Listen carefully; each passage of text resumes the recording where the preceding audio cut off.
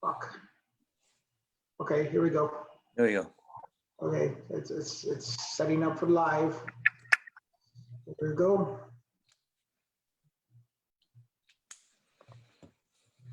And it looks like it's going live now. So let me just double check it.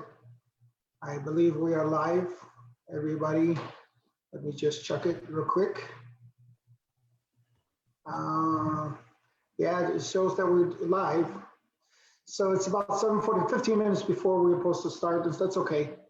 So what I'm going to do is I'm going to go see the live on my what you call it. So we're doing. Oh, we already got two people. Okay. I'm going to share to your let's see where we could share it. So we started early just because I'm going to share it to, let's see, share it. I'm going to start the watch party, and then we're going to, let me see. I'm going to go, give me a second, because I gotta do this on my other computer as well, so we get the most people as well. So, you know, so that we can see what people are, you know.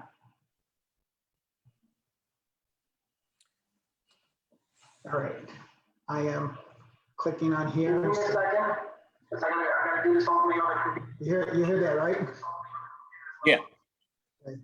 So I can see live. I can see the live feed as well. So there we go. So, Eric, how's everybody doing out there? Can you hear me, Mario? Pretty good? I can hear you. We're good. We're looking good as well. So, we got him a little early just because there's going to be a lot to talk about with Mario. This is the... You think there's going to be a lot to talk about with me. Really? Yeah. This is the front door show. So, ladies and gentlemen, let me first talk about what's that mean, the front door. Mario and everybody in this business, the DJ business, and artists as well, we all know that this information we get is at the front door of the club. You know, somebody makes a phone call, hey, I gotta go to the front door, and then we get all the bochinche, as we say, up there. So this is why we call it the front door, basically because it's not really what was behind the scene, it's really what happens in front. And that's one of the things. Now, this is DJ Mario Reyes. So Mario, why don't you go ahead and tell them who you are, what you do, so forth and so on. Go ahead, talk it out. Hey, everyone. Well, I'm Mario Reyes. I've been doing this DJ thing since 1970. Oh, man, 77, maybe 76. I don't remember. I know my first gig that I did was aside from being a mobile DJ, man, was it Tequila Mockingbird? And I know you and Rich were talking about yesterday about the club on 63rd in St. Louis. I DJed there on Sundays, team nights, and I was DJing there with Tony Mundaka, and that's where I met him. And he obviously was the guy that ended up at Imports, etc., and doing a lot of work with Frankie Knuckles and all those guys. But yeah, we got a history, man. We you know, I mean, if you want, do you want me to start from the very beginning? 'Cause I got some really cool story on how I met. Yeah, this is your interview, so you tell us. So here's the thing. So I go to a cotillion, and at the time I grew up in Little Village. It seems like there's a lot of really good DJs a nice crop coming out of Little Village, and don't really get the credit for that. But I grew up in Little Village, 23rd in Albany, moved to 24th in Troy, went to Salem Miller Grammar School right there on 23rd in Albany. And from there, we moved on to 24th in Central Park. 2342 actually was the address, I believe. Yeah. Central Park. Right by the Little Burns, or the New Burns School that opened up, right? The second house from that alley, or third house from the alley by that Burns. But anyway, so I'm in 7th grade. I want to say I was 7th grade. And I go to a cotillion on the L from Little Village all the way to Cicero. And the cotillion was at the Ambassador. The Ambassador West, I think it was called. It's just called the Ambassador. It was in the basement. Go to the cotillion. I'm 13 years old, 14 years old, 13. And there's a DJ there playing, disco music. And I'm fascinated with what he's doing with the two vinyls, the two records. And I remember the song, it was Heat Wave, Groove Line. And man, he was manipulating the songs. He was going back and forth, backtracking, backbeating, and phasing. I don't recall what equipment, what turntables they were. I want to say they were the 1100s and a Clubman, but I'm not sure. But get the card from the guy. It was TK Mobile Disco. So from that point, I got the bug. So me and my best friend at the time that went still in the middle, John Moonkoch, he had the Bucks. So we developed J&M Disco, mobile disco. And that's when I started at 13, 14 years old doing the disco. But turns out that DJ was Kenny J. So the TK stood for Tino, I think it was Tino Rojas and Kenny Jason. And back then he went under Kenny J. He must have been probably 17 years old. And man, so, about a year later, I hear him on WDAI, which is a disco station in Chicago. It lasted probably about 2 years. And Kenny was one of that's what we all refer to him as the creator of the hot mix, because they had about 4 other DJs on DAI doing mixes, hot mix. They did a hot mix, a lunch mix, and then they did the Saturday, I think it was a Saturday night. It's kind of the format that BMX took years later. But yeah, Kenny was the one out of those DJs. The other DJs, Lou DeVito, Peter Lewicki, can't think of the other guys, but Kenny always played that funk. He played soulful, funky disco music, and the others were club DJs that were playing like more to the gay crowd, because they were gay, in the gay discos at the time. And Kenny had the different taste in music, or he had the different playlist that he went off of. But yeah, so from that point on. And the funny thing is that, so I'm going to De La Salle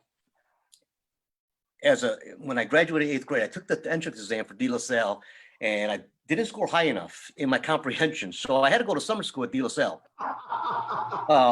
that summer of '78. And the funny thing is that I got a hold of Kenny at that time when we met at the Cotillion, and we were on and off calling, because I want to learn more about the business and stuff. And it turns out Kenny was going to summer school at De La Salle as well. Really? Kenny was going to summer school to graduate. I was going to summer school to get in. We're 4 years apart. Yeah, this is the story. He's a meteor. Yeah, Kenny went to De La Salle. Yeah, I know. And I learned this after all these years later, but it was funny that he grew up down the street on Drake. I want to say it was like 27th, 28th and Drake.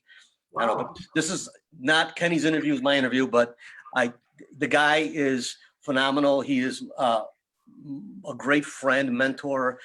He's like my family, and he is my family. And but yeah, it's just those days in the 70s and like 77, 78. He was a Billboard reporter. He used to pick me up. We used to go around Elk Grove Village, all these different distribution warehouses to pick up all vinyl, all promos from WIA, Capitol, Atlantic, Warner Brothers. Come home with boxes of vinyl because he was a Billboard reporter at the time. But yeah, that was my introduction to that. Did the mobile disco thing, and then started looking. I was hungry for being a club DJ, and back then that was the thing. Being a resident, the music back then was broken by club DJs. That's why they had Billboard reporters. So they would report what was hot in their clubs, and that's how they would determine the sales and what they would play on the air and get airplay and stuff. So DJs back then did a lot for the music, Nice. breaking new music. But yeah, that's how we got into it. Stayed in. I don't know how I ended up on the north side. And I always was pegged as this north side DJ. Well, that's what I just wanted to interject here. First of all, I want to say everybody that's just joining, thank you guys for joining, stuff like that. Got a lot of friends, Turtles online as well. Haven't seen Turtles. So Turtle's online, Gabriel's online, Joe's online. There's a bunch of people online. So we're getting a lot of people. So Mark was afraid because everybody's doing, live streaming that we were going to get people. So my friend Orlando's online. Hey, hurry up. I gotta go watch. I gotta go listen to Julian, man. Let's go. So what I was trying to interject is that, and that's what I kind of found kind of crazy, because on 26th Street, where you grew up in, how many Puerto Ricans actually lived on 26th Street? I mean, there wasn't a lot of Puerto Ricans over there. Well, yeah. So here's the thing, and so when my dad came to from Puerto Rico here, he moved out here in the 50s, late 50s, and then brought my mom and my sister later, and I was born here, obviously, but he landed right. So unbeknownst to a lot of people, there was a large Puerto Rican community in Little Village, and it might be called West Town, but it was from Kedzie to the Boulevard, Marshall Boulevard on Cermak. It was predominantly Puerto Rican families. My Robert Soto was there, Puerto Rican. I mean, it was just, Well, you know what? That makes sense, because Frankie J's father grew up right there on Cermak Street, right by the Boulevard as well. So there you go. So they had a social club where they would play dominoes. They were selling La Bolita. There's a Puerto Rican lotto. I remember. It was huge. But I grew up on the south side in Little Village, and and during that time, 14, 15 years old, the whole salsa explosion was coming with Hector Lavoe and the Fania All Stars, and I was into that music as well. And used to mix it, used to play it. But it took a Mexican to take that shit from me. Angelo. Thanks a lot. And the guy that doesn't even speak Spanish, right? Right. That's the worst part about it. No. So that's where, new things I learned about you. So how did we meet? So high school, right? It was high school. For the sophomore year. I didn't realize you went to Brother Reyes, and you were. I always remember you as being at De La Salle, but yeah, we met at De La Salle, and I remember, and of course, I dated your sister. I met your sister, and I was, and probably still am, and you probably won't believe this the way I talk, but I was an introvert. I was real quiet. That's one of the reasons I became a DJ. I enjoyed being a DJ because I was able to surround myself with a crowd, with people, yet not have to communicate with them. I communicated with the music.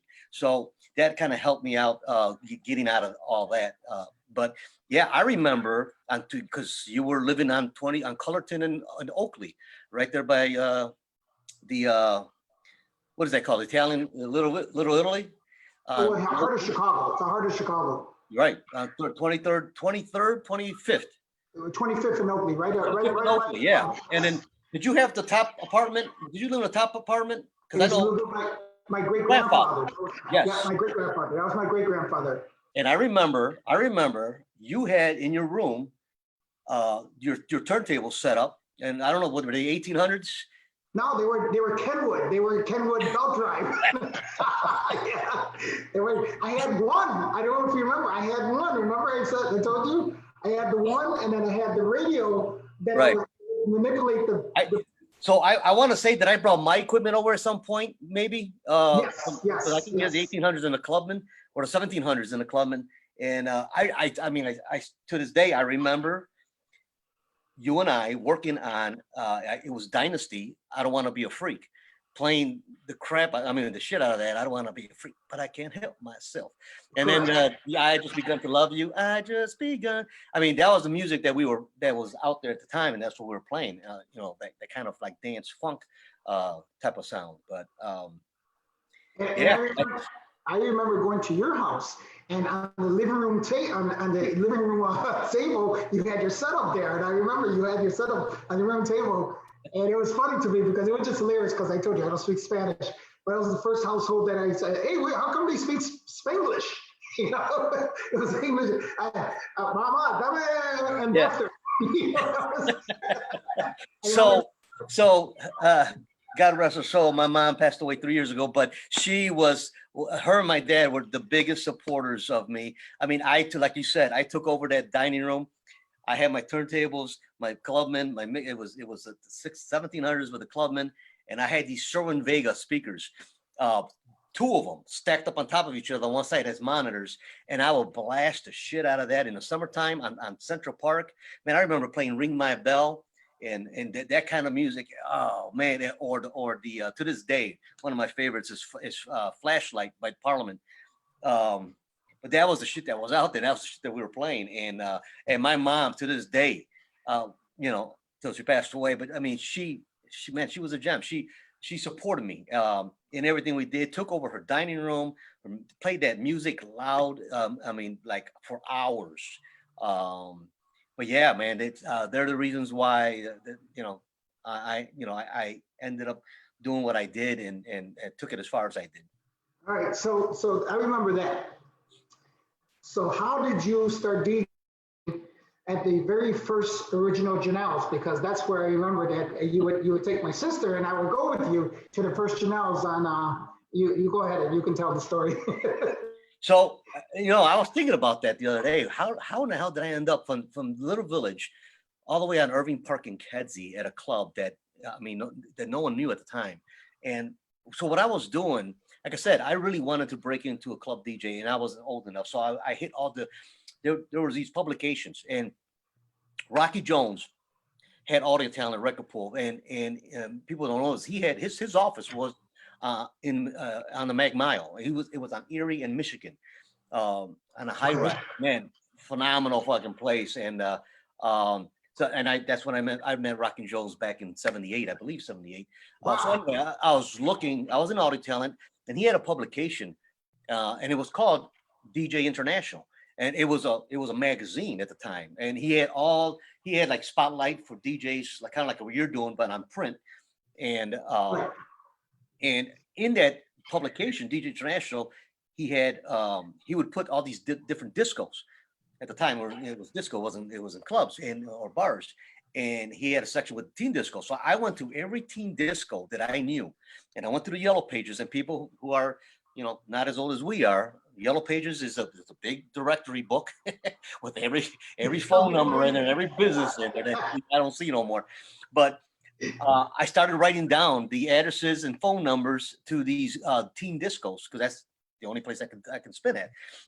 And I went to all these different teen discos, and that's how I ended up at Janelle's. I called. I think I called.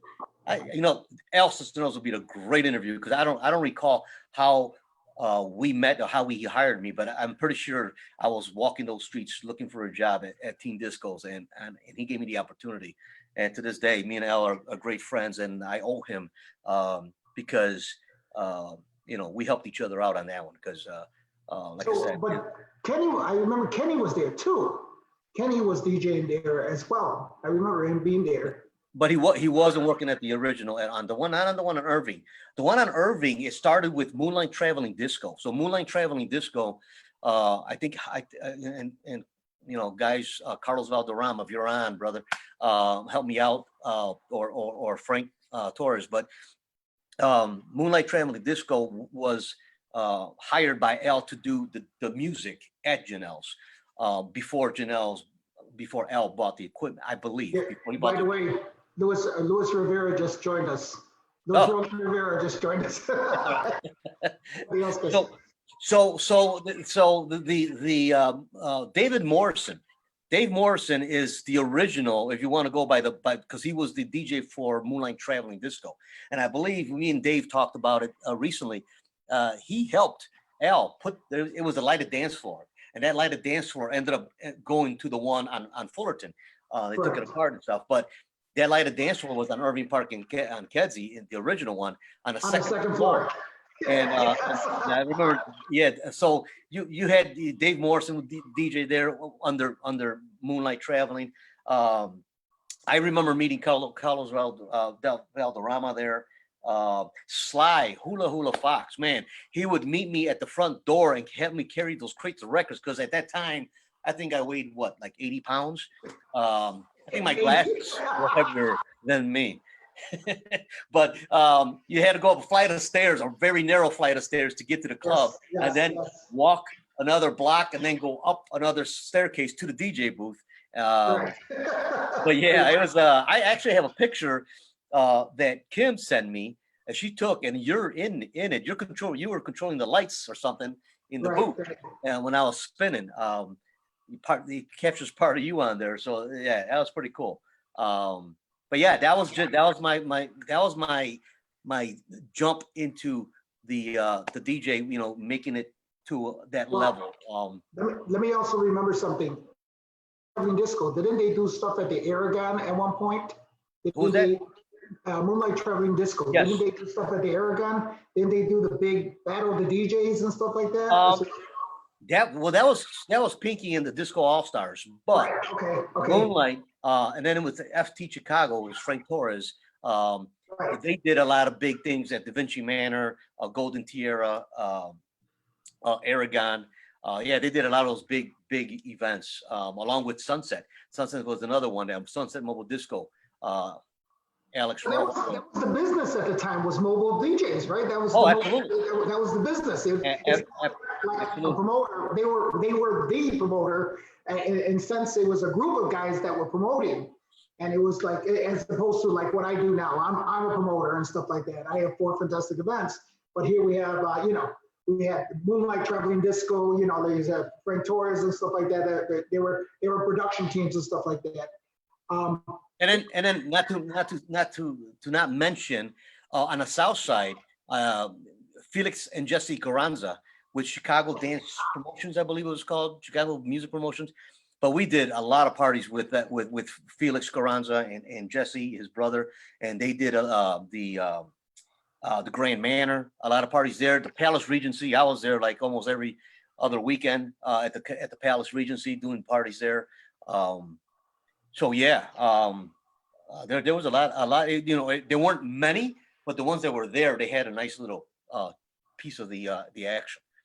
Right. Well, I mean, they didn't have social media at that time, So if I remember the way they got the word, it was by word of mouth mostly. Everybody did by word of mouth, as opposed to like Facebook now and stuff like that. So I mean, it was actually posters, and we would go out and put posters up on all these light poles, and we would staple them together, one to back to each other, and then we would put the duct tape underneath it, and we would hit every major intersection on every major street. That was the extent of the promotion. Flyers, pluggers that we would hand out, put on windshields, which you still do, I believe, because every time I went to your club, I always end up hitting my freaking car, and there's a salsa merengue thing for you. So hey, old school works, man. Whatever works, you got to hit it off. But yeah.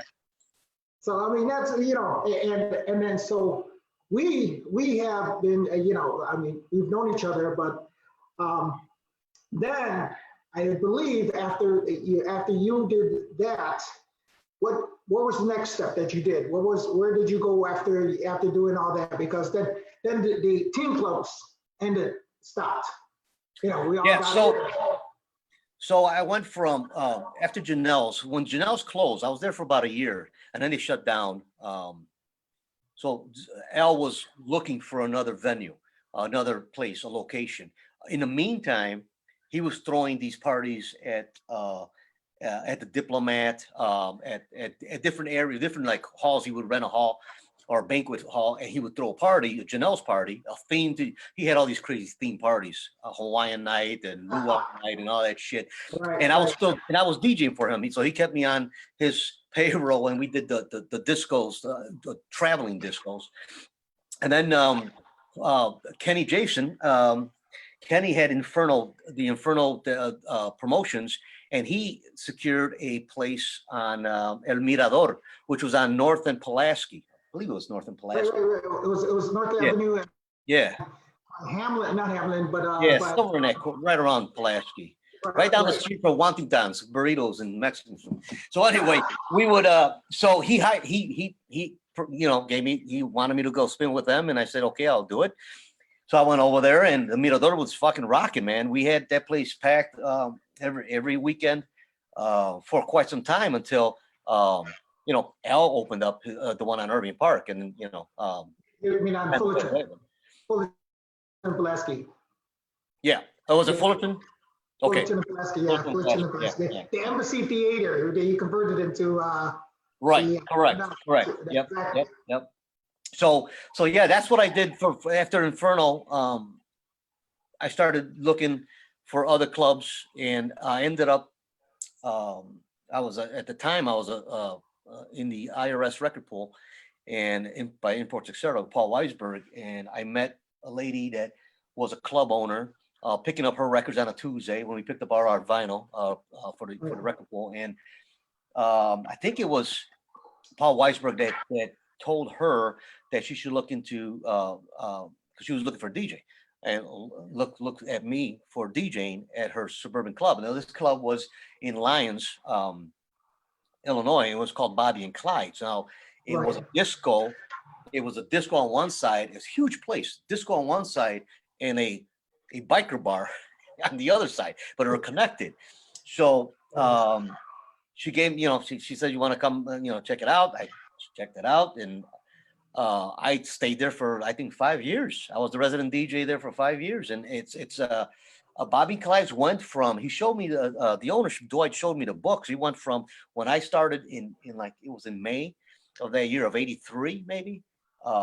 He was averaging about 8,000 a month, and then good Lord, probably about 6 to 8 months after I started spinning there, his numbers went up to like the 20 to 30,000 a month. Wow. I mean, that place was freaking packed.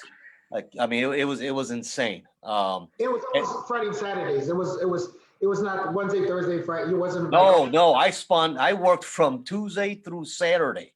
I was off Sundays and Mondays. Yeah. Okay. Yeah. And talk about, I was thinking about with all the new music that's out now, all the house, I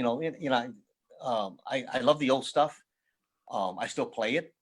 I'm one of those guys that I play to the crowd, whatever the crowd wants to hear, whatever I kind of the crowd dictates what I play. And for the most part, all the gigs that I've been doing in the past several years, the carnivals and all these other clubs, it's they want to hear one type of music, when I joined the Master Mix 6, we and we'll get into that later, but man, the new music that's out there, the house music that's out there, man, it's just it's a shame that these people are not getting to hear that music or to enjoy that music because we keep focusing on the same 50. Let me interject and I was going to bring that up now.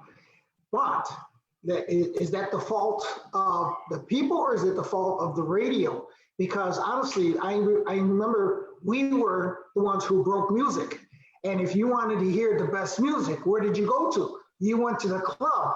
But what's happening now is that it's become so easily accessible on the internet and stuff like that, where people don't appreciate it anymore. It's becomes too easy, and then they're like, instead of seeing like I remember when AEIOU first came out, IOU by Freeze. I remember it was a buzz that went on, and I remember I was at the Humble Park, and then I forgot who was DJ, who was playing it. All of a sudden, we were like, "What the hell is that?" Dun, dun, dun, dun. We were all like, and it was the mystery of actually trying to find the record, and what is that? Now we have Shazam. Now it's we have, and I think that part of changes the dynamics of what people could like now. And I agree with you. There's a lot of good music out there. Even with my thing about Richard and I were talking yesterday about the Cuban music, right? So the Cuban music has been held back because of the embargoes and stuff. Now here I'm playing Cuban music, everybody's like, "Oh my God, it's great music!" But that music's been around forever. But at the same time, it's new for a lot of people, and I think that's where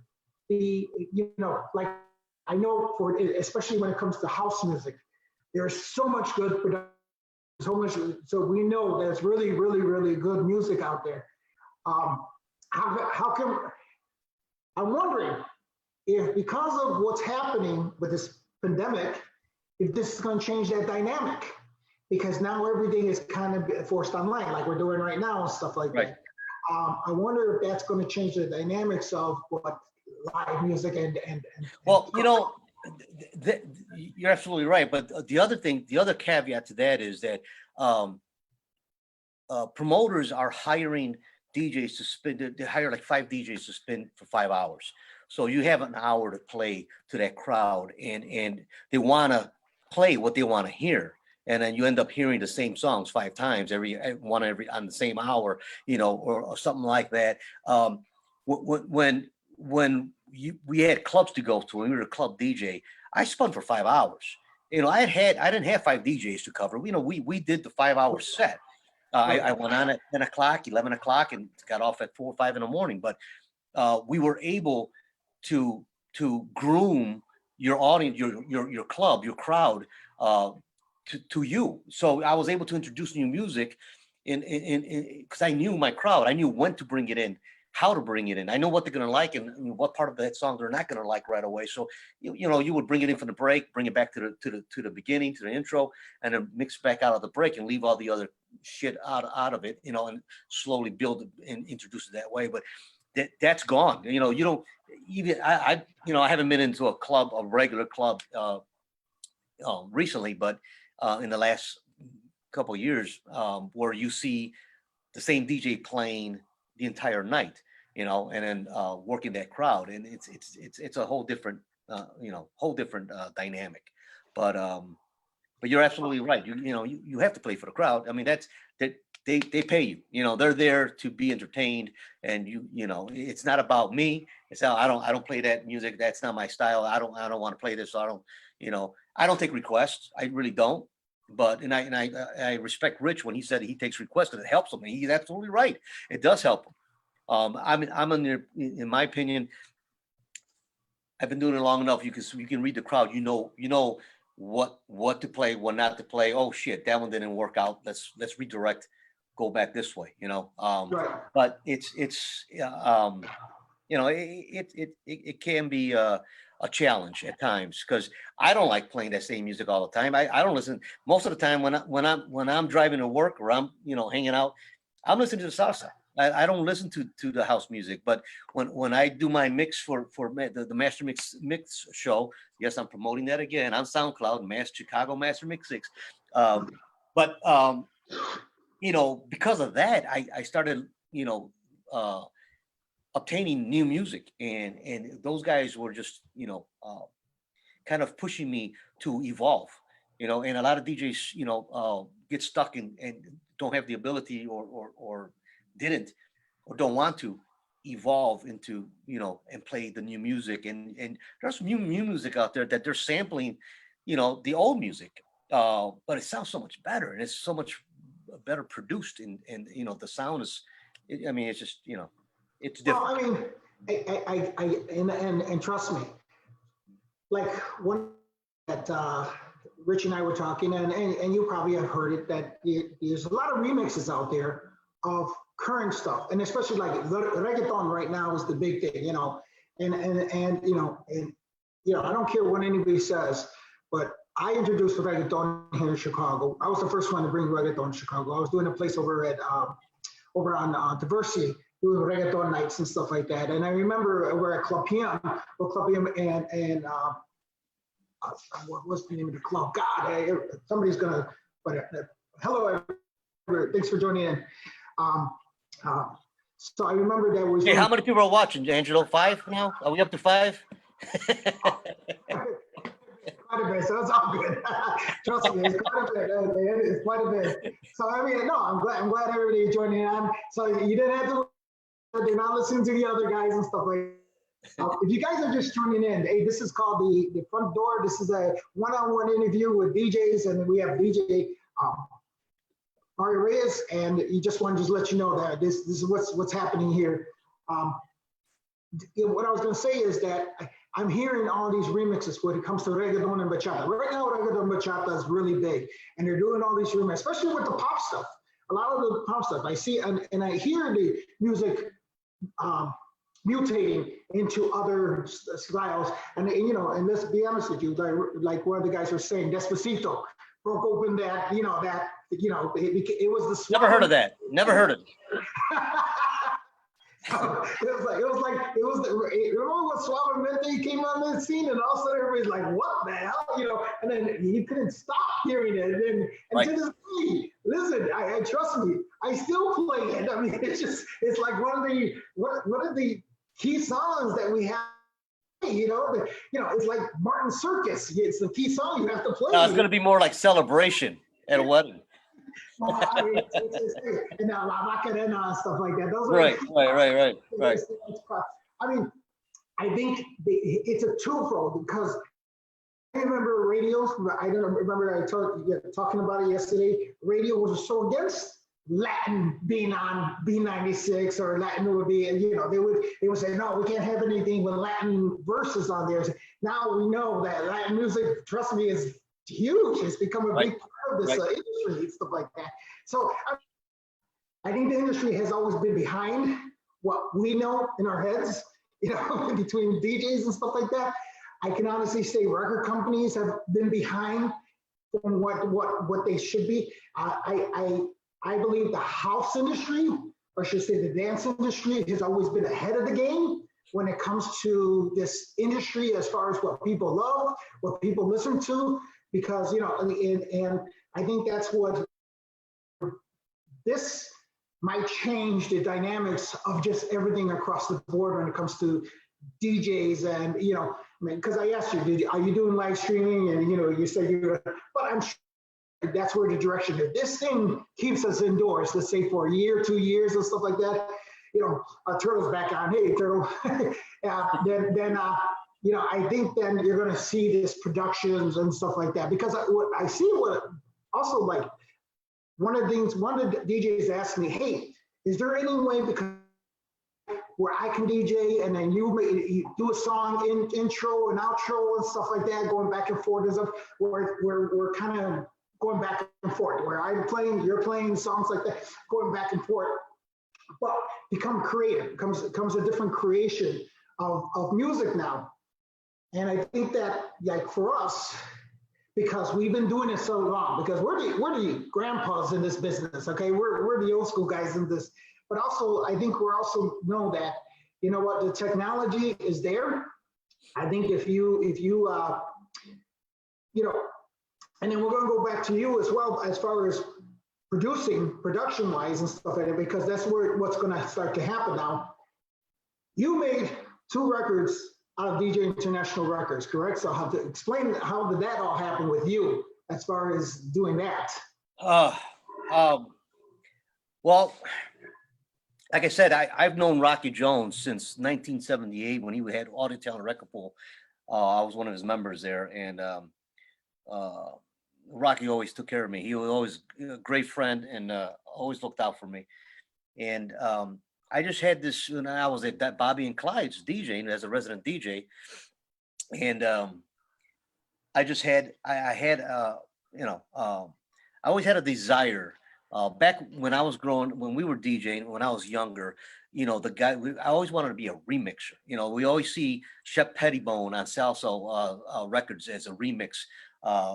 Remixed by Tom Moulton, all those guys. So I always wanted to be a remixer. I went to Columbia College after I graduated from De La Salle. That didn't work out too well. After 1 year there, and I was out. But yeah, I always wanted to be in that kind of area, in production and do my own. Who better to put out music than DJs that know what the people want to dance to, what they want to hear. So, and at the time Ralphie had put out Baila. I want to say it was Baila.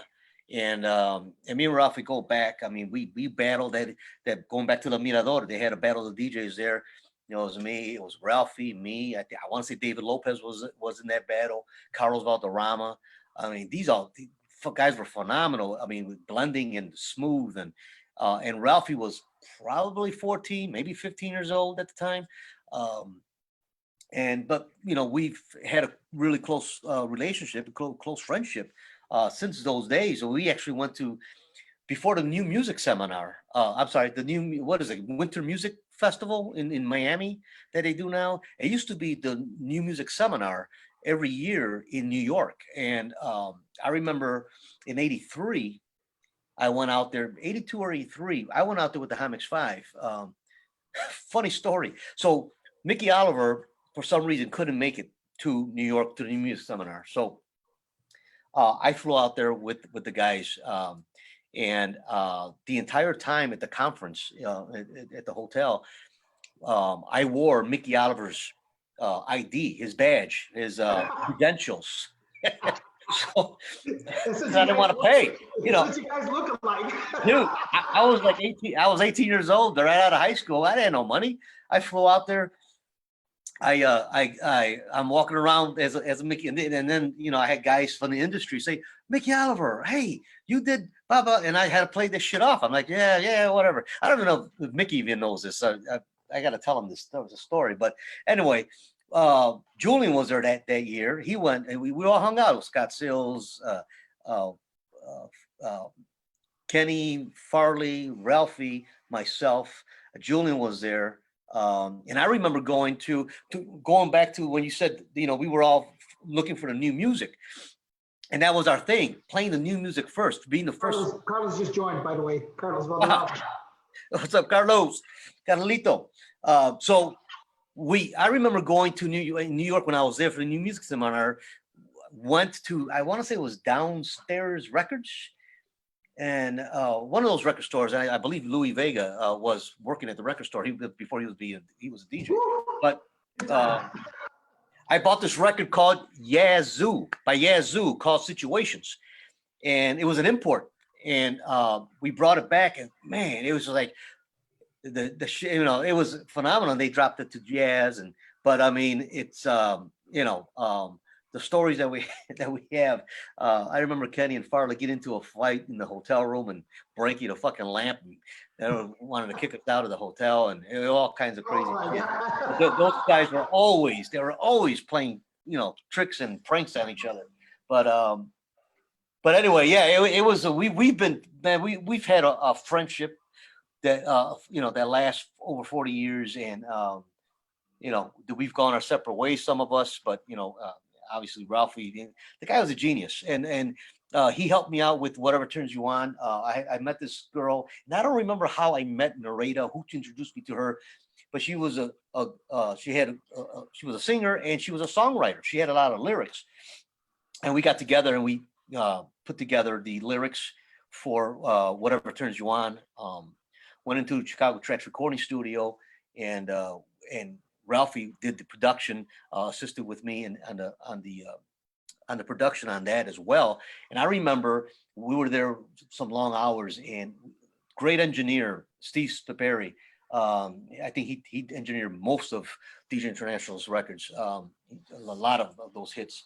And we were looking for a nice punchy bass line.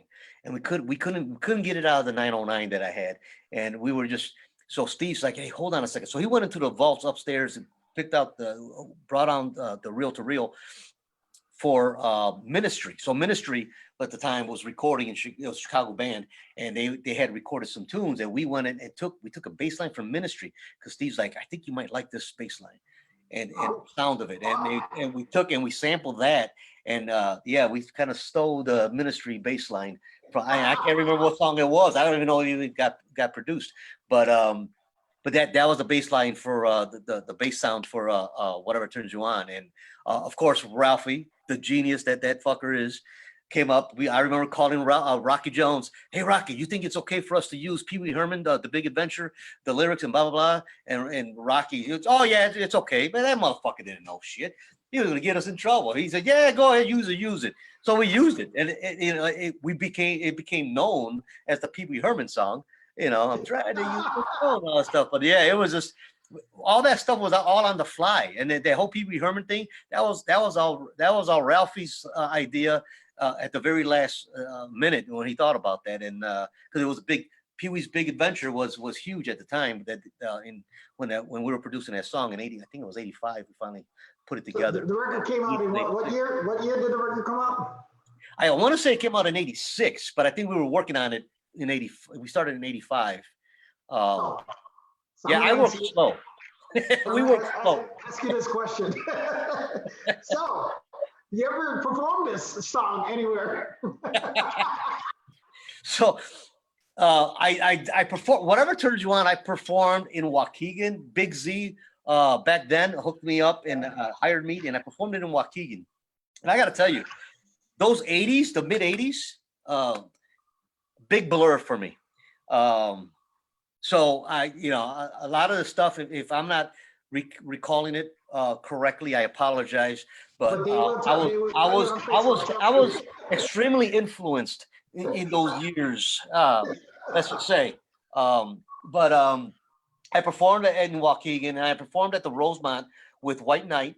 Nice. And Julian and Bad Boy Bill were there. I want to say at the Rosemont Horizon. But yeah, I didn't perform it too often. Now the other song that I did that came out in '89 with Janelle, and that was called Lost Love. I don't want to lose your love. I want you back. Lost Love. I want you back. Maybe that's why I didn't do so well. It's a complicated fucking title. But I actually thought that one was a better for me, in my opinion. For my style. And Julian did a mix on that as well. Adonis. So we had different DJs, but that one was put together and co-produced, and the production was done with Joe Smooth as well. Promised Land, Joe Smooth. Right. Great, phenomenal, another talent. And Peter Black did the keyboards as well. But that didn't do as well as I thought it should have done. But that was one of my favorites. Lost Love, I Want You Back. That came out in '89, and that was the last. And I think in '89 is when I just dropped out of the scene because I needed to get away from that whole environment for a while. So yeah. So I got to make it embarrassing, but who was the person for this? Because there's a. Oh wait, Angelo. So I performed. I performed Lost Love, I Want You Back, at Malos in 80. was that right? In '89, right? Right. 89, maybe it might have been 89, maybe in '88. I don't remember when I released that song, but yeah, that was the only time I performed it, and that was at Malos. Rich Morales, where you at? Hook me up, man. Shout out. But yeah, that was. And I had no lyrics. At least whatever turns you on, I had to look at tengo aquí, te lo quiero dar, and I had to, you got to do whatever turns you on. But with Lost Love, I didn't do shit. Everything that I did was production wise, and so I'm standing there just looking like a fool. But so did you wear the bow tie? I didn't wear my bow tie. So the reason why I'm bringing that up, because if you ever see, there's a DJ International had profile pictures, and you have a profile picture of a bow tie. I mean, you look like a Chippendale dancer. Seriously, no shirt, just a bow tie, and your hair like my mullet. Your mullet. I think I had more hair on my chest than I did on my head, and now I'm wearing this hat because I have neither. And I was like, oh my God. And at the time, I think you were dating my sister. And I would be like, what the hell? I know. I thought I was the shit. So that happens. And then going fast forward, after you stopped doing the producing and stuff like that, what did you do next? Where did you go with your career? What did you? So I did like I said, I spent like 5-6 years as a resident DJ at Bobby and Clyde's. I spun some nights at Prime and Tender. I think I was doing Saturday nights and some Thursdays with Tony Sineni at the time, Tony Slam Sineni, and Boogie, Martin Boogeyman Luna. Hey, Martin. Hey, Boogie. Yeah, again, the one thing about back in the day is that we developed a friendship. There was no hating. It was one love, and man. You brought up a good point, because I was going to say, do you see that happening more often now than back in the days? I mean, is that what you're seeing? A lot of the hate and a lot of talk and stuff like that. I mean, as far as I should let me read. What I mean by that is that us old guys, we didn't do it to each other. But I'm talking about when like now the new DJs, do you hear people like hating on more like, oh, well, I can do better than him, or I can play cheaper than what he. Yeah, you know what? I'm not involved in the business that to that extent where I see or hear that kind of stuff. But I mean, I do see a lot of the the controller versus vinyl, and vinyl DJ. You're not a vinyl DJ, you're not a real DJ, and all that stuff. And in my opinion, everybody's got their own style. Everybody. Well, I say everybody. A lot of DJs use Serato.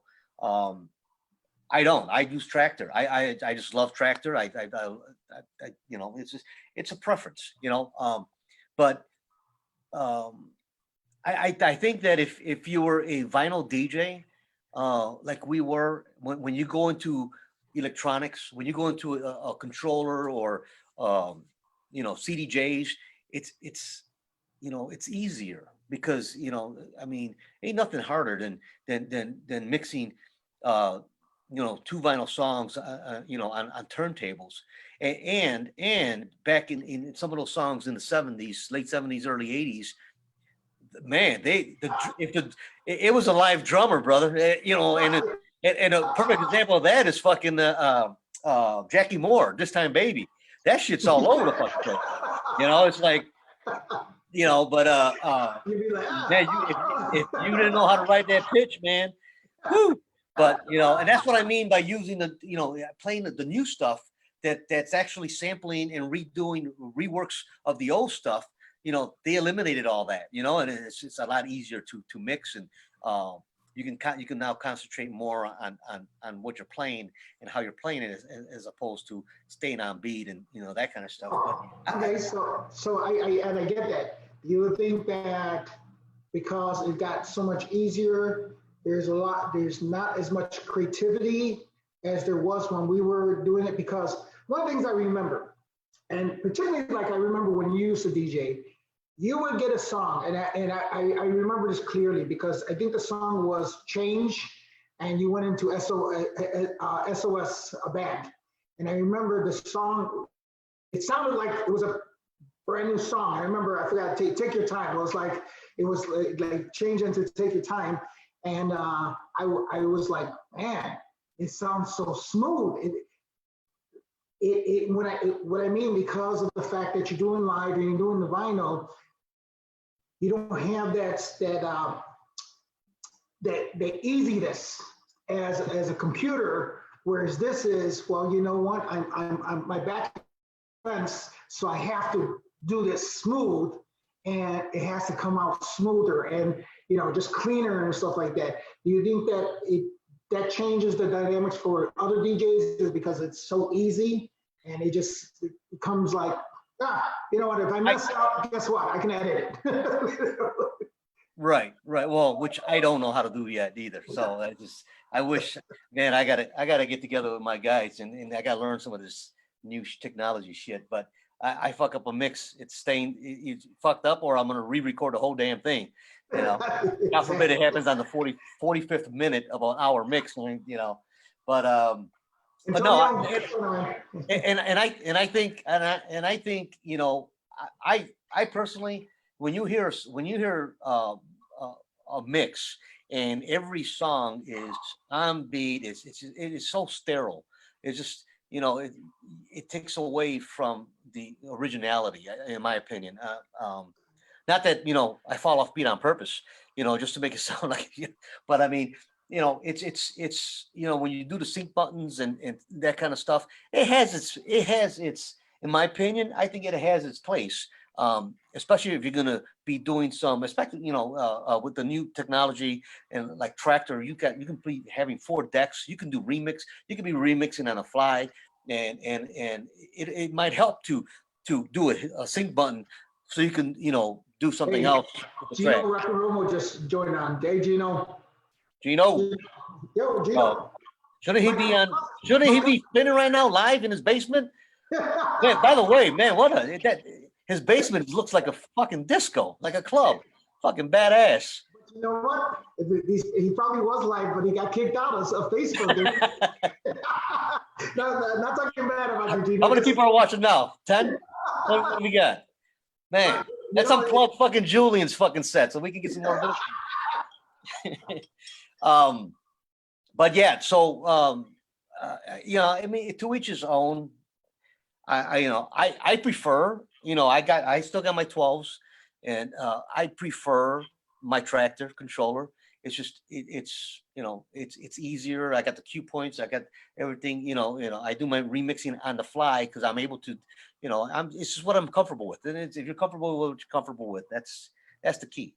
Well, I mean, I had you DJing for me when we were doing that place, Flamingo Club. That was last year, I think it was earlier last year. Right. And I heard you DJ. I had Kenny there, you there, and I tried to do the dance with the salsa and stuff like that. It didn't work. It was a Wednesday, I think, or something like that. It was tough for some people, stuff like that. It was Thursday, by the way. It was Thursday. And I got a ticket. When you told me, oh yeah, go ahead, park there. They're not gonna take you. You can park there. Fucking $100 ticket. Thank you. But I remember I'm listening to you, and I'm like, and I remember the crowd that was there loved it. I mean, they loved it and for me, I loved it because of the fact that it wasn't the typical songs that I hear every DJ, because honestly, I think part of this, and I'm glad I'm doing this right now. I'm glad I showed you the whole line. I don't know if I showed you the whole lineup of all the DJs and the genres and stuff like that, but I'm happy that, because let's look at really what's being played on the live stream. Even my lunchtime live stream, I'm limited to what I can play because obviously Facebook gets you cut off and stuff like that. But I think that at one point it's cool, but I think it's going to get a little stale in the sense that you're going to hear how many times you're going to hear Booty Call, or how many times you're going to hear, the same tracks over and over again. And I think like me and you talking and people just, finding out the history of what we are, what you're about, what everybody is doing, because this is something that they would not normally get if they were seeing you live stream. At the same time, they here you are, Mario Reyes. They see you on top behind the turntables and stuff like that on your computer, but nobody knows you. But this is why I'm doing what I'm doing, because I want people to know who's the man behind the computer. Who's the guy who really is pushing the buttons and controlling the music and stuff like that. So what's next for you? A refill of my bourbon. So back in '89, I kind of left the business for a couple of years because I had to.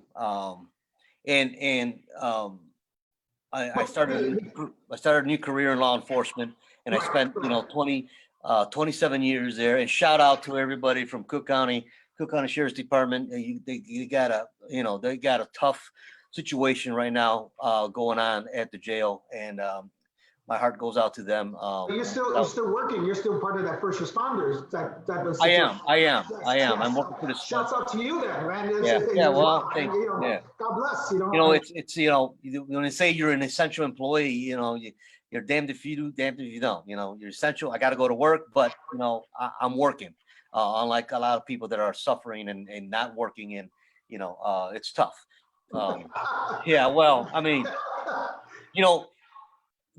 talk about that. I mean, what is this gonna do to the business? And I know people like you, Angelo, got to be really getting hit hard, the restaurant business, and I know you and I talked about possibly opening up a restaurant at one point and stuff like that. So it's like, man, what do you do? It's like we don't know what's going to happen. Well, you know what? Since you brought that up, I'm going to use this as an example as to the situation happening now, the situation that happened back in 1991, 92. when I made my first, you know the story, right? I told you where I made my first mix, or what's your name? Showed me the CD players, and I made my first mixtape. What I thought that I was going to be huge in the mixtapes and CDs and selling as many as I did. Right. I don't. Nobody knew that. But what happened is like this is kind of feeling the same thing. What I'm doing now with this and interviewing and doing the live streaming and stuff like that. And I don't think live streaming is going to be what I'm doing, but I like what I'm doing now as far as interviewing you guys and stuff like that. And I think that this is going to be somewhere where I can take this because it feels right. And I think that's kind of what I've always been good at is seeing like for instance, when a club closes down, right? Because whatever the situation is, what do? Do I sit back and just say, you know what, this was huge? No, I reinvent myself, and when I was doing the mixtapes and CDs, and we all know about the story that I had to stop making the mixtapes and CDs because the Recording Industry Association came like, hey, you know what, your stuff is getting produced and bootlegged all over the world, and I was like, oh my God, I can't sell mixtapes and CDs as every DJ did in Chicago. Every DJ made a mixtape and CD. I didn't. So we all did. Everybody made these mixtapes and CDs. But when they tell you you need to stop, I stopped. I went completely stopped. But what do? I turned around and says, you know what? I think I'm gonna become a promoter. I did exactly the same exact thing that I was doing. I was doing the marketing that I did with the mixtapes and CDs. Right. That's how I learned to do marketing because I was doing the flyers for the mixtapes and CDs. I created hats and T-shirts and stuff like that. And I would stand in front of the festivals, the festivals over by Soldier Field, and I would pass out the flyers for the podcast. So then I turned around and said, well, you know what? And Yvonne Fernandez, who was Henry and Yvonne, who had the Palladium at the time, I said, hey, see this CD? It's a product. See your club? It's a product. You know what? I'm going to do exactly the same thing. And this is kind of the same thing. This is what I can tell people is that what I'm doing is still going to be involving people because we're involving people. Look at how many people Lily and all the Gino and all these people are joining because it's reaching out to people. And I think that's I've always did. When I was selling clothes, when I was working at the restaurant, when I was selling my CDs, when I was DJing, it's always about connecting with people. I've always done that. And I think this is going to be part of this transition for the next phase, and it feels right. I like it. I've been told I'm pretty good at it, because I've always been a good, let's be honest with you. And that's why I call it the front door, because that's the discussion. Me and you, we sit at the front door of the club, and what do? We BS with each other. We're talking about, hey, you see this? Did you see that? This is what happening. Listen, I just want everybody to know that Angelo was like a straight A. This guy had like a 4.0 fucking grade point average in high school. I used to go to him for the answers. I used to try to cheat off his ass. But he is one intelligent motherfucker, and he chose this career, and you excelled in it as well. But I mean, I'm just, you could have done a lot of things as well, and you chose this because that's your passion. That's what you're good at, and kudos to you. But I appreciate that. I mean, listen. Where am I going from here? I'm going to continue working what I'm doing in the law enforcement, and I'm going to continue to play my music, evolve with the music. When the music evolves, house music is like everybody said, it's a feeling. There's a lot of good music out there. It goes from one house music, one genre, house music. You got Jack and House, you got new disco, you got all kinds, tech house. And it's man, there's some good music out there. So I'm going to try to play a lot of that and evolve and kind of still hang on to the old school stuff and kind of put it together and blend it in and just bottom line, people want to be entertained. They want to you got to give them what they want to hear. You play always play to the crowd. So let me ask you something since you're talking about that. how come? I mean, being Puerto Rican, I mean, you're fluent in Spanish and stuff like that. How come you didn't do the salsa merengue aspect of it? You know, for what you grew up with? Because I'm guessing that your parents and you had all the music and stuff like that. So why didn't you go into that direction with the music? You know what? Like I said earlier in the interview, that's what I listen to now. I listen to salsa. Like, I mean, I love that music, and I just never. I guess I never saw a market for it. Maybe because I grew up in a little village and it was, predominantly Mexican area. I don't know. But I love that music. I still play it. I still listen to it. Every now and then in my mixes out, there's there's some Vega. Literally, Vega did a remix of. He did a actual CD a while back, years ago. That he remastered, and it was all Hector Lavoe stuff, which is his uncle. And yes.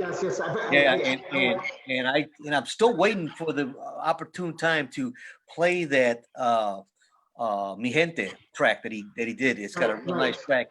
So hey, nobody out there, don't steal that shit. I want to play that first. But you know what? I mean, I think some people tried. They did it, but I mean, let's be honest. Look at Jelly Bean Benitez. Here's a perfect example. The guy, captured on it, and then even the aspect of, and I'll bring up this aspect of freestyle.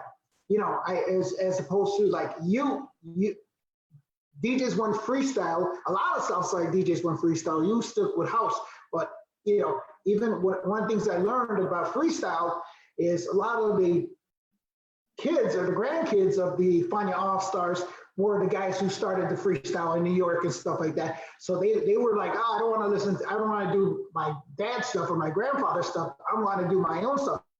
Freestyle, right. Latin freestyle aspect of it and stuff like that. So I'm wondering if that wouldn't be something that could morph into doing the, like you said, about like what's his name did, Hector Lavoe and stuff like that, all the remixes and stuff like that. Because I gotta tell you, I could feel the energy when I play a salsa song in the Witch Card, and truthfully, that's not just Latinos. That's white, black, Asian, Indian, across the board. It's like, and it's infectious. And the same thing that goes for the house music, because let's be honest with you, house music, white, black, Asian, all across the board. And if you can merge those two, man, that would be dynamite. And we tried. Didn't work out. At least not on that Wednesday night. But well, I'm not, what I'm saying is that for production wise, right? Oh yeah, absolutely. I mean, it's. I think there's a lot they can do. We can do with Latin music to kind of morph it and kind of marry it with the house music. I'll give you a perfect example. Tito Puente Jr. On my birthday, we're going to do an interview with Tito. But I remember Tito at one point was doing everything but his father's music. I remember he was doing the Latin house stuff, and he was doing, he had all this stuff, and I remember that. And there was, and honestly, I got to tell you something. One of the front guys of Latin house was Dino Latino here in Chicago, and that was way before Pitbull. And I remember my discussion with Dino Latino, if you're on there, it's a true story. And I remember I told Dino, I said, man, you need to go to Miami and do this in Miami, because that's where the music is at, or your style of music. Because honestly, if you listen to Dino's Latino music, that was Pitbull before Pitbull was Pitbull, and stuff like that. And I was like, man, and I think it also, that's what also happened with Tito Puente Jr. He was doing the Latin house stuff. And I remember all the guys, East Coast, there was a different animal. West Coast, it was a different animal. But Midwest, we were very stuff like that, or we were very freestyle per se, or if it was a hip hop, that was kind of the thing. whereas the tropical music wasn't as big here. It was a factor that was on Division Street. Let's be honest with you, that was Right. right there, for all the club. And then hence you said your dad going to the domino places on Cermak Street and stuff like that. But as far as when it came to salsa and the tropical music, it was a very small niche to it. I think this can change things. I think this, and I guess it's an open call. Here we got Mario Reyes. He's house doing stuff, and there's any tropical Latin guys out there that are listening and stuff like that. You need to communicate with each other and stuff like that. Because they have knowledge. I work with Angel Rodriguez. He's a Chicago police officer as well, but he was my music director for all the bands for the Humboldt Park Orchestra. And that's one of the things we talk about is that, hey, if one thing I know is that I'm not the smartest guy in the room, but I'm smart enough to get smart guys in the same room and they work together. Right. So hence that's what I'm saying. So the smart musicians, the smart producers, here we got smart house producers, and let them do what they got to do. And I think that's where if something good can come out of this, I think that would be the good thing, because I think, because your stuff in the studio, you still know how to do stuff in the studio. You got plenty of music, and I'm guessing you still got all your crates and records, right? Hey, that I always keep those. Yeah, but technology, I'll be honest with you, technology has passed me up, and evident by the fact that you had to call me several times to get on freaking Zoom. But it's, I think I'll devote a little bit more time to that aspect of it, to production. I like to do some more production, and take some of those classic old tunes that I still enjoy listening to, and maybe reworking it to something updated, something that that we can all play, and we'll see. Right. We got about 5 minutes left. I mean, for all you guys that are joining us, thank you. This is the front room and stuff like that. We're talking to DJ Mario Reyes, longtime friend of mine. Man, we've known each other for we're all skinny. We're all skinny. We all have hair. we're young and stuff like that. So after the Bobby and Clyde, so real quick, after the Bobby and Clyde, then you took a break, and then that's what you had told me. And then you keep Master Mix 6. So what's that all about?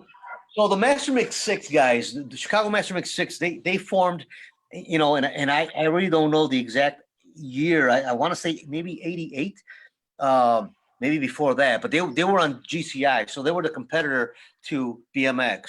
And I want to say it was Matt Warren, Carlos Valderrama, JMJ. Can't think of the other guys that were on the team, but there were obviously 6 of them. And for the other guys besides the Hot Mix 5, there was the Master Mix 6. Is that what it was? Correct. Okay. And then there was a time where I think, matter of fact, I want to say Mario Smoking Diaz was part of that at some point as well. Yes, he was. And then they, I think that the Hot Mix 5 switched over and jumped ship and went to GCI at the time. At one time, and then so anyway, long story short, I've known Carlos Valderrama. Like I said, we've been DJing together since we were like 14, 15 years old, from the Northside Janelles, Moonlight, FT Chicago, Sunset Mobile. So we did a lot of that stuff together. So we knew each other. Nothing but respect for him. I never met JMJ. The guy's phenomenal. He's great guys. Jungle George Suarez. I battled Jungle George Suarez back in, I want to say it was 89. One of my last things that I did at the Pan American Fest over at Navy Pier. And man, was I fucked up that day.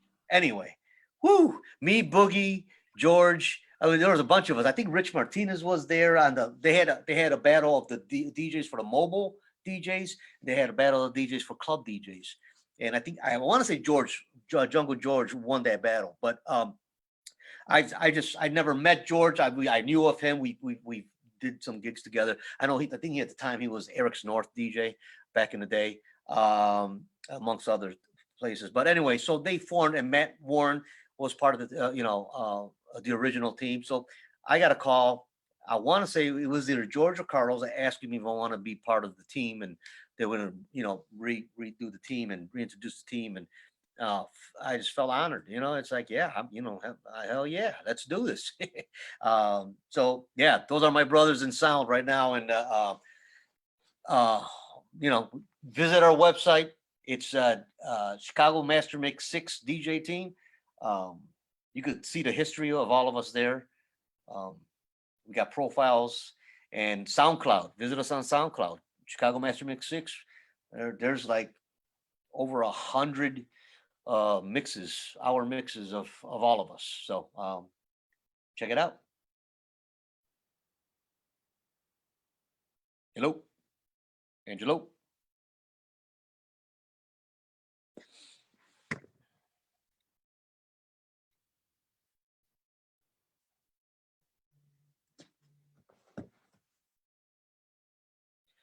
Did it end? Okay, so there you go. Okay, I just want to make sure. I don't know. I don't know what happened. Yeah, I don't know what happened either. That was weird. I think I was talking to myself. So you were saying, I'm sorry, you apologize for that. Yeah. That was weird. So yeah, so the Master Mix 6 SoundCloud, Chicago Master Mix 6 DJ team. Check us out there. Check out our webpage, Chicago Master Mix 6. Nice. We got our profiles there. I mean, we just, we're playing the music, man. It's all kinds, from deep house to soulful house. We play the classics. I mean, each one of us have our own different styles and type of music that we play. And yeah, so check us out there. Absolutely. Oh, that's cool. Well, it's that time, 9 o'clock. I'm sorry that it got cut off for a bit. I don't know what happened. I got some notices that I see that we're good with but it just happens. This is technology. It can do that sometimes. And I'm seeing a little bit delay, but that could be probably because who knows? I don't know. But we've been on for about an hour and 20 minutes, I believe that's what this time is. But I appreciate you, doing what you're doing. I mean, appreciate you being always there, friendship and stuff like that, a long time. We're going to be on more often and stuff like that. This is the Front Door show. Guys, you seem to line up. I got plenty of guys coming up. I got a newbie. His name is John Guzman. He's going to be, and I know John since he was a kid like that. So I got him tomorrow as well. But I mean, Gino Romo as well. These guys are everybody. Any other DJs that want to be interviewed and stuff there, please. This is open format, and we're every day 8 o'clock to 9 o'clock. Again, Mario Reyes. I'll share this on your page as well. Because I know the technology. You want to catch up to it, stuff like that. But I mean, hey, it was a lot of fun hearing stories. And guys, thank you very much. Appreciate it. Mario, any last words? I just want to say really quick, first responders, thank you for what you're doing. Hang in there. Like I said before, Cook County Sheriff's Department, CPD. I got a lot of friends there. Good Lord, IDJJ, where I currently work, IDOC. You guys, keep up the good fight and stay safe, stay healthy, and yeah, let's get through this. All right, guys. Thank you.